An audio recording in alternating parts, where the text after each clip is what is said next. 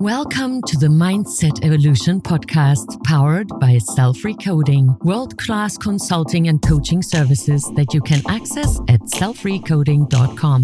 Self-Recoding is a unique blend of neuro-healing modalities that will empower you to reach your full potential. Join thousands of others who have experienced rapid results in their journey of personal growth. Now enjoy our show where we bring you tools for a powerful mind with your hosts, Kathi and Daisy. And hello, everybody, and welcome back to another episode of Bald and Blonde Mindset Evolution, the podcast that gives you tools for a powerful mind. I'm your host, Kathi Tate from Australia. With me, as always, your host from America, Daisy Pap. Hi, Daisy. Hello, my dear. I did not mean to record, but that first intro just really pushed the button through me to record, and whoever wants to see us as well as we are recording, you can find that, and Kathi is going to tell you where, because that's not my department. Hello, my dear. So good to see you, and I'm glad that we are co-creating and producing another episode for Bald and Blonde Mindset Evolution. What is up your sleeves? Up my sleeve today, I'm going to throw a topic out there that might be very interesting, I think. We're going to talk about arguments. And the reason I want to talk about this is because I feel that it is super common that people in relationships, romantic or otherwise, do this very badly. Or very profoundly. I'm certainly going to put my hand up and say that I have never been trained to argue in a healthy way. So let's bring it on and talk about arguments for our audience. I really feel like being put on the spot. I admit I have a reputation that I'm not arguable, or it's not possible to really have fun arguing with me. Well, I'm human too, and I recall where I was arguing, and I do think today, I could be wrong. I'm the first to admit, don't believe me anything, go and do your own research and be a self-thinker. That's my suggestion for everyone.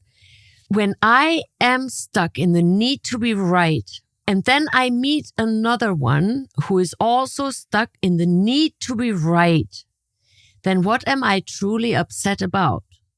I am upset that they are in their need to be right instead of daring to come over to see and step into my shoes and look at the situation from my point of view. But isn't it true to me too? Because there would not be any arguments if I walked over there and put myself in their shoes to see their point of view. That's the short version.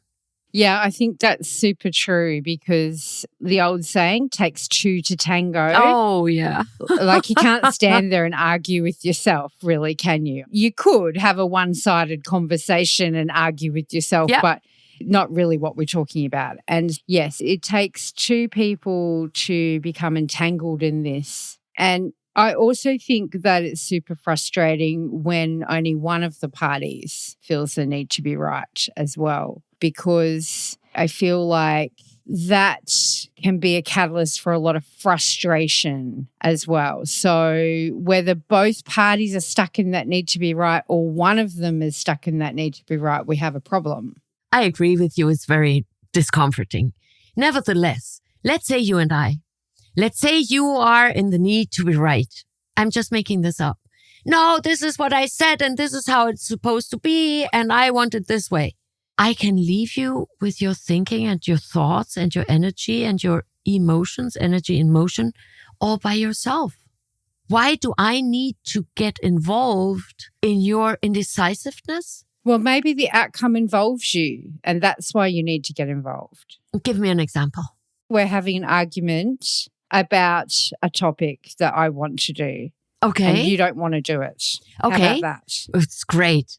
I can ask you, and that is most likely what I would do, what is so important about this topic that you feel it is qualified to be a topic in our legacy podcast? What is it about this topic that makes you feel you don't want to talk about it?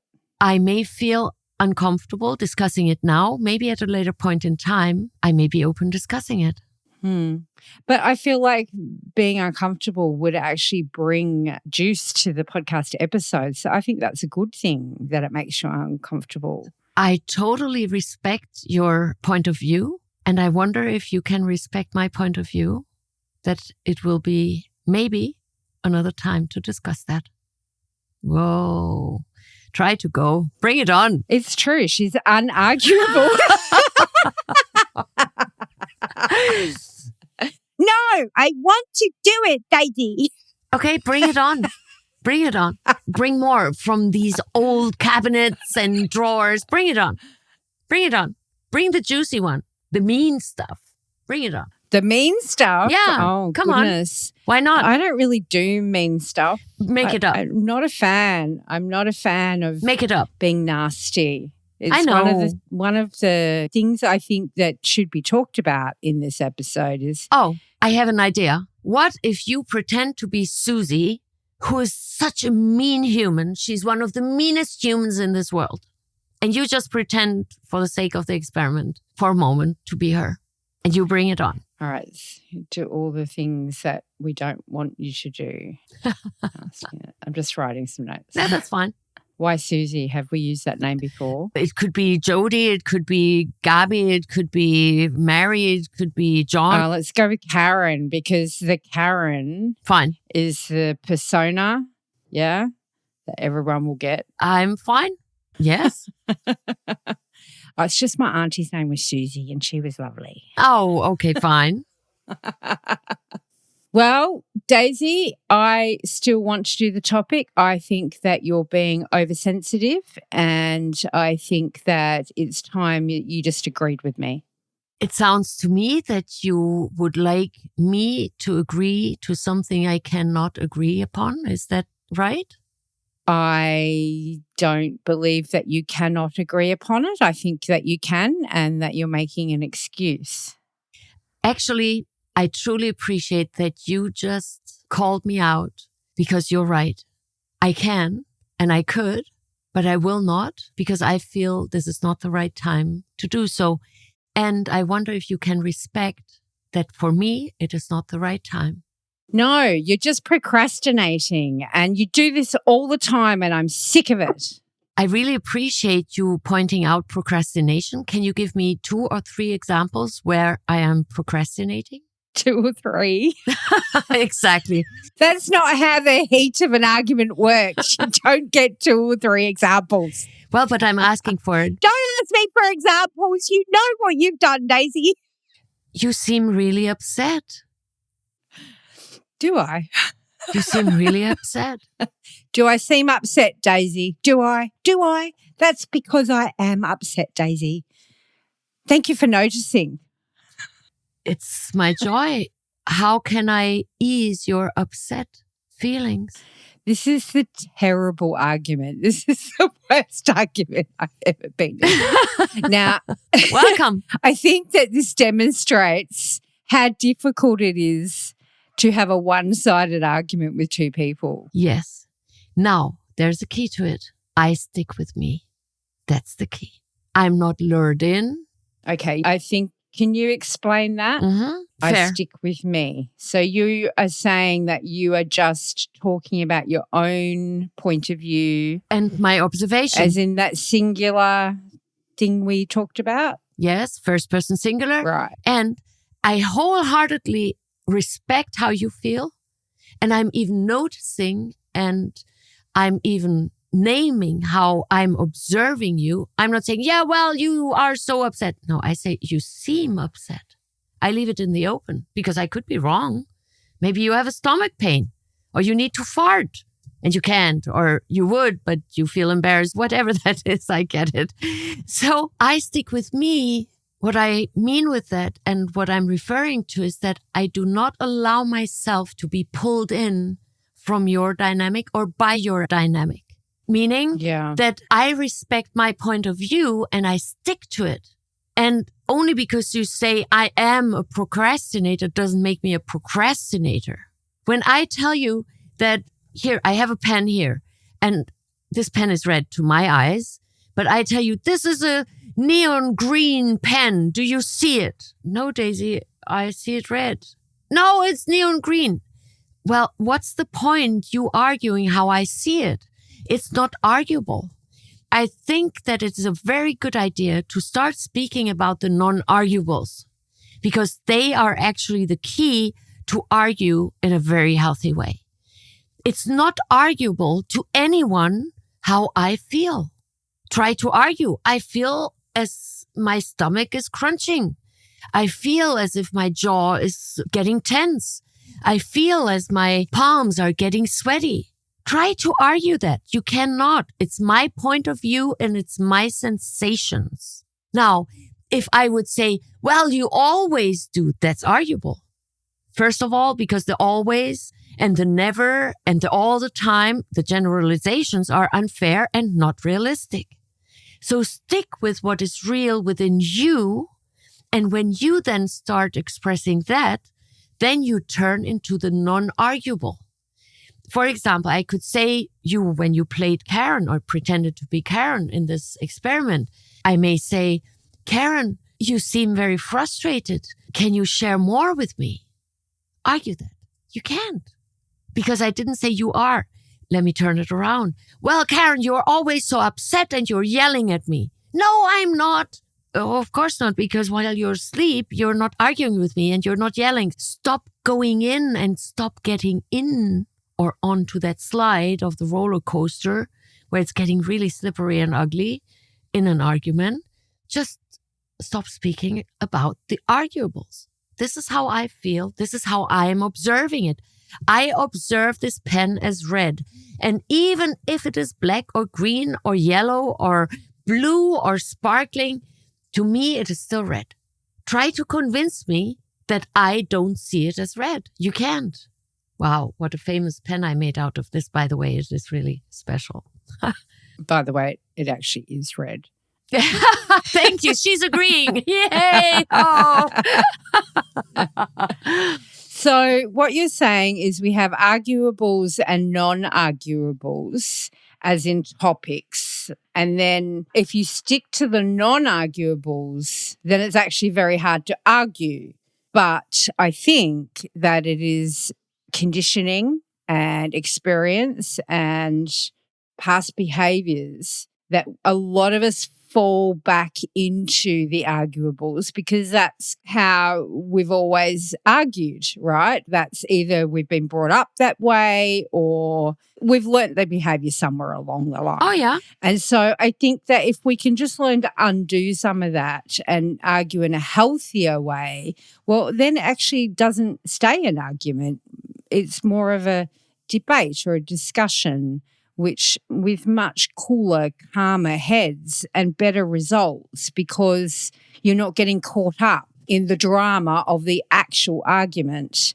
And I have to throw in here that I think some people live on that drama. They thrive on the drama. And I think that is very unhealthy as well. And if you feel like that might be something that happens with you, then we did a great episode on drama queens. I'd recommend you go. She's really bringing that up. Listen to that one. I thought you speak about the shoebox. Well, yes, the shoebox is probably still my favorite episode out of every episode that we've ever done because it just made so much sense to me. And what a toolkit to know and embrace before you get into a relationship. Like, amazing episode. Highly recommend that you listen to the shoebox too, guys. If you do want to go and listen to these and you're not sure how to get there, just go to the website and type it in the search box or search it within your podcast player. So whether you're an Apple Podcasts or Spotify or one of the other platforms, you can just search our episode names in the platform and they'll come up because there's a lot of them now. I agree. Well, let me be Karen for a moment. Be my guest. This is all bull manure. You now pretend not being a drama queen and now you're accusing me of being a drama queen, although I've never been a drama queen because you always call me out. Okay. Hint, hint, hint. Don't defend yourself. The moment you defend yourself with me, chances are that you will face yourself in that flow of a attempted argument. Because I will own up for my stuff. I do. As I did in the previous example, I just noticed now that I'm reflecting on it, that, oh, thank you for calling me out on that. I own up for my stuff. That's not arguable. Try to argue that. Yeah, well, you always do that. What is your definition of always? And then it's getting really nice because all you need to do is just wait and see. Because other people will reveal themselves. The beauty of it is that you allow them and you support them in developing and evolving. When I try to solve it for you, you will not face it. You won't see it. That's true. I think we need to experience and see things for ourselves, no matter how small a thing it is. I used to get very frustrated with my ex-husband because he was a few years older than me and he had already gone through these experiences and had these answers that he thought by sharing those answers with me, he would save me perhaps some of the pain of the journey. But that didn't work for me. I needed to go through the process for myself and find the answers for myself. No one can just give you these answers because that's not meaningful. It's the process, I think, that you go through to get to the answer that gives you the understanding and the insight into why the outcome's so important, whatever it is. There's a German saying, if I'm remembering correctly, that's also non-arguable. You see that? What I just said? I said, there's a German saying, if I remember correctly. Argue that. Maybe I'm not recollecting the saying correctly, but I said, as I remember, or if I remember correctly. These are all tiny little communication skills, that tiny little nuances. Nevertheless, back to the saying that I recall, smart people learn from other people's experiences. Stupid people learn through their own experiences. That may sound harsh. It's nevertheless, there's a little truth to it, isn't it? Well, that's almost the opposite of what I was just saying. Well, that's why it came to my mind. I think in some circumstances that can certainly be true. But I really do think that people need to experience things for themselves because that's where the learning is. So you can say, oh, what's his face did that already and that was the outcome, so that will be your outcome too. But is that necessarily true? Because different person, different circumstances, different time, different everything could be a completely different outcome. You don't know it'll be the same. And I admit there'll be some circumstances where that does ring true. I certainly don't believe it all the time. I think there are circumstances where it is a smart move to learn from other people's experiences. And then there are things that I'm just eager to face myself and feel myself and learn all by myself with my 5 senses, sense it, and then I get a sense of it. And then I will be able to understand it, meaning that I will be able to stand under it. So I will be able to carry it. So it's a fine line. Nevertheless, I think that every single one of us is capable and determined to choose for themselves. Do you want to be the master in arguments? And if so, which type of master do you want to be? The one that nobody dares to argue with? Because, oh, it's so scary when you argue with Daisy, you will lose. Or is it someone, let me try to argue with Daisy. Maybe I can lure her in, like when you played to be Karen in this experiment before. Or is it, let us have a great conversation where it's not about being right or wrong, but let's have a discourse. That is what I meant to say. And thank you for correcting me. Exactly. You see, this is a great little example where oftentimes couples slip off. I just said that. No, you didn't. Yes, I just said that. No, you didn't. Who's right? Well, if this one said, this is what I heard you say, this is what I meant to say, there's no surface to argue. You see? And as much as we were conditioned or are conditioned and learned how to argue, we also have the power to undo that, uncondition ourselves. Yeah, although I have got to admit that is going to be tougher in the heat of the moment when there are feelings and emotions flying backwards and forth, I think. Stop. My body's reaction to perception has nothing to do with anyone who may push or pull the trigger. It's my body and it's my perception. And when I start realizing that it is my body's reaction to perception, I won't have the ground anymore to blame you. You made me feel worthless. How? You took my values, my intelligence, my thought processes, my experience. You took it all away. How? It's impossible. I think you're right. And I think it's also a good time to analyze the words we speak of, because I think that we flip back to things automatically almost without really thinking about what we're saying. Autopilot. And that can be, a big part of this. Mm-hmm. What I was trying to say, because you are right in what you're saying, I'm just pointing out that when you're still learning this, it is tough in the heat of the moment to step back and practice your non-arguables, because you can get caught up in the heat of it. You can get caught up in the passion, and you can get caught up in someone saying things to you or about you, and you want to defend yourself. That's the trap. Because you're reacting. So I'm saying this because I just want to acknowledge that's possibly going to happen, and this is going to take practice. Mm-hmm.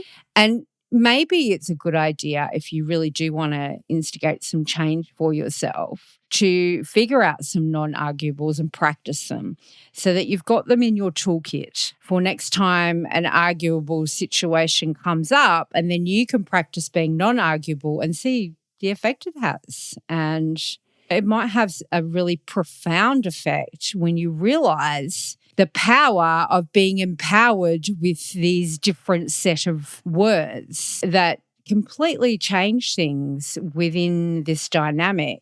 And it's one of the amazing and beautiful things about communication is that once we learn these tools, it has a profoundly different effect on our relationships and our interactions with people around us. And that's exciting. But don't feel bad if you slip a little. This does take practice. We don't expect anybody to be perfect straight up. And I'll put my hand up for needing practice straight away. Me too. Look, I practice since a long time, and sometimes I still slip. Well, I think now that you point out the basis of communication, say what you mean and mean what you say. So when I say to you, you are always looking like that. You're always staring at me like that. It's just not right. What am I really saying? What does always mean to me? Is always 24/7? Or does always mean twice a week? So why am I lying out loud and put myself into this arguable position that's totally unnecessary? The more I become aware of what I say and my definitions, I'm working on truly solely starting to speak in ways with words that I can define at any time. It's a challenge. I'm working on it, and it will maybe require 2 more lifetimes or maybe 20 more years, and I'm ready for it. When we understand that when I turn into me, when I turn towards me to perceive, acknowledge that my body's reaction to perception may be overwhelming at times, but then I can slow down and recollect myself, notice if this is now truly happening, and if how I'm evaluating it, is that really true, or is that just a story my storyteller tells my mind, and I'm this movie maker and I'm making up all these horrifying stories? I can give you a very cute example. I left to town today and I have a house guest, and guess what? I'm arriving where I wanted to go, and I noticed that, I changed my handbag and I'd left my wallet at home. So I'm calling my house guest and I said, would you please check if I left my wallet at home? Yes, you did. I said, would you mind sitting in the car and bringing it to me? Oh yeah, I will be right on my way. Guess what? They call me while I'm totally busy where I'm at. I miss their call. I tried calling them back 3 times and I already thought, oh my goodness, maybe now they locked themselves out of the house without their phone, maybe without the key to their car. Maybe I wait another 20 minutes. So inevitably, my mind movie kicked in until I caught it and they say, oh, you're just my mind movie. And I took control back, being the captain again. Yeah. Yeah. And although I practiced over decades, I'm still capable of making these fabulous, fantastic, colorful, dramatic, horrific, and sometimes really tragic mind movies in my head. 98% of them never happen. And then the moment I catch myself, I'm able to smile about it and realize, it's just an old pattern. And I take myself out. It's not about you being responsible for taking me out. No, it's my responsibility, me being able to respond in a different way. Yeah, so true, Daisy. And I think that also relates straight back to our shoebox episode, doesn't it? One thing I really think is super important that you mentioned there is also a recent topic we did, which I called Meeting of the Minds. And I think that especially when we use these words like always or these other generalizations that really aren't true, I don't think that's fair play. And then the other thing is this meeting of the minds point, because if you're not talking about the same thing, of course you're going to argue. So let's clarify that we're talking about the same thing first. Yes. Before we start arguing. Brava. Absolutely. Yes, totally. Yeah. Exactly. And say what you mean and mean what you say, and therefore be able to define what you're trying to express or what you're expressing. And if someone calls you out, what is your definition of? Then give me a moment. I will think about that. I get back to you. There is no such urge or necessity, although it may be a felt necessity, but it's not really real, that I have to respond immediately. No, why? Take your time. Yeah, for sure. Now, I just want to quickly shout out to all the mothers out there, because we do our best bringing up our children. Yes. And we do our best with what we have at the time. Mm-hmm. And our children grow up into adults and realize that they've got issues and traumas and made mistakes. And I do not want any mother out there for 1 second to take the blame for that, because we're all on our own journeys with our own set of circumstances and our own plans, our own ways of doing things and our own lessons to learn. So I just wanted to put that out there to all the mums and dads who might find it tough knowing that their children are going through issues, but just know that is their path. And you did your best at the time with what you had, and we love you for that. Yes, exactly. And that right on leads to self-forgiveness. And the more I'm capable of forgiving myself, the less arguable I am. Nice. It's all connected, all. And I wholeheartedly appreciate that you just brought up the moms and the dads. We all wouldn't be here without our moms and dads. And through their collaboration, we have our life. And I appreciate that. And maybe one day we do speak, maybe in a salon talk about our ancestors. Yeah. Well, that's it from us today. We hope you've enjoyed this episode about arguments, and we do hope it inspires you to argue in a healthier way, or let's just argue. Never argue again. No, let's argue. I want to argue with you. No. But I don't know. Yes, I want to argue. No. I want to argue. No, Daisy, you're terrible at it. I take it as a compliment. Thank you. Yes, do take that as a compliment. That's it from us today. As always, please go to selfrecoding.com and check out our sponsor. If you think that this episode helped you, wait till you do an actual session with Daisy. Your mind will be blown. And don't forget as well, you can contact us at baldandblonde.live. Everything's right there on the website. That's it. We've had great fun today with you guys. We'll be back real soon with another episode. We are Bald and Blonde. Mindset Evolution. Talk to you next time. Thank you for listening in to the Bald and Blonde Mindset Evolution podcast. Please share our show with your family and friends. Together, we make this world a better place for you, for us, for future generations. When you need consulting or coaching, visit selfrecoding.com. Also, please remember to rate us 5 stars and leave a review and support us at baldandblonde.live. Talk to you soon.